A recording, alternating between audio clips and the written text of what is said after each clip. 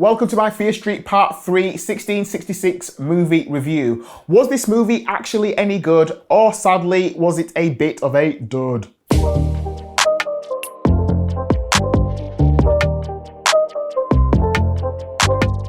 Hey guys, welcome to Marcus Loves Movies and welcome to my Fear Street Part 3 1666 movie review, the final movie in this Netflix trilogy. I thought this was a great idea, releasing these 3 movies week by week in a short space of time.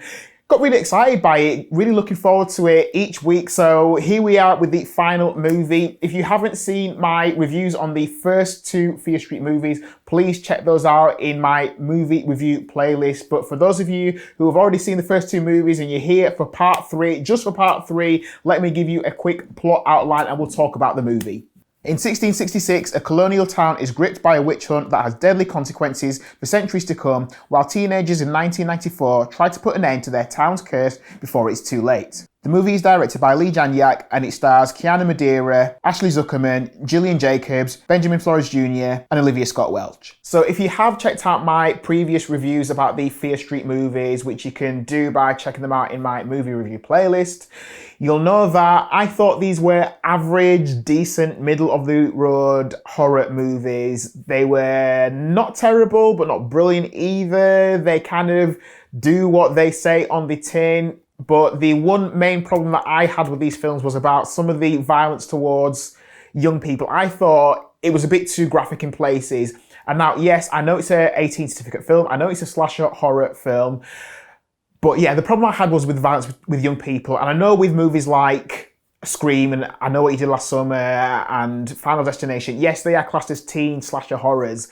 But in those films, you can tell that these are clearly 20-somethings playing the teenagers. So, you know, it doesn't feel as difficult watching someone who's clearly older suffering at the hands of violence as opposed to a young person, because in the Fear Street films, you can clearly tell that these are young teenagers. So the idea of a young teenager being slashed and hacked to death, I wasn't quite on board with that. But I'd seen the first 2 films, so I thought, you know what, I've come this far. Let me give each film a chance. Let's give part 3 a chance and see what happens. I gotta say, I actually quite enjoyed part 3, and maybe one of the reasons I did is because I felt there was less mindless violence towards young people. I felt like in part 3, they've tried to tell the story the best they can, and they've also tried to wrap up this trilogy in a way that works, and I think they do that really well. You know from the plot that you're going to spend some time in 1666, but then it's also going to go forward to 1994. So when we kick off in 66, we spend a bit of time building up, getting to know the characters, although a lot of the characters are played by the same actors that are in 1994, but there's a bit of a build-up with that. That's a bit of a slow build, if you like. And then about 35-40 minutes in, the action really kicks in and it gets going. And we've got a good movie on our hands, so I quite liked that. I liked the way it played out as well. And like I say, we also get to spend some time in 1994, and that part of the movie also felt really exciting. That felt like the classic horror movie that you want to go to the cinema to enjoy, and I liked that. So those are the positives about the film. In terms of the not so good things about the film, the first thing that jumped out to me was the bad accents that we get in the period of 1666.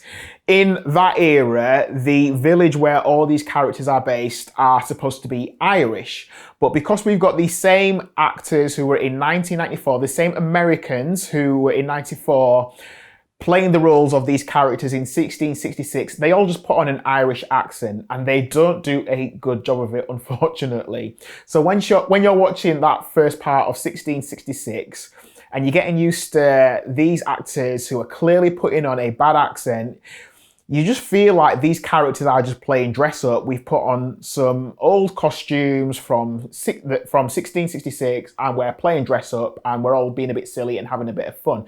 That's what it feels like to begin with. So it takes a while for you to get past that. And like I say, about 35 to 40 minutes in, that's when things really kick off and you start to enjoy the movie. So that is good.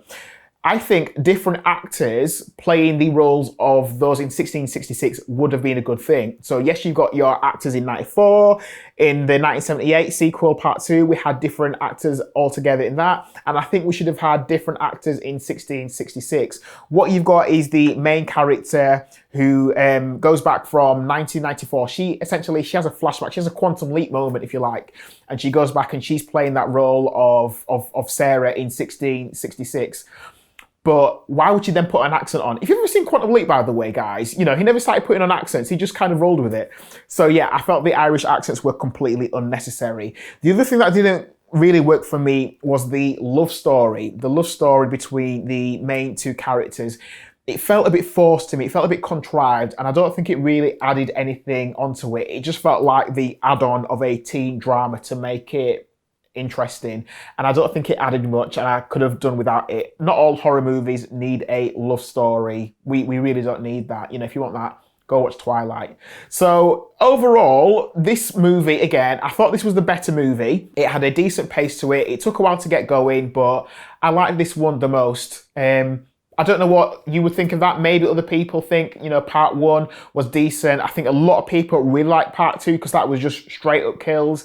I quite liked part 3 and how they wrapped it all up. So overall, looking at this trilogy, I think it was a great idea. I think Netflix did a great thing. It'd be interesting to see if we get any more quick releases like this where we get a bunch of films thrown at us in one go. I think it's a great idea.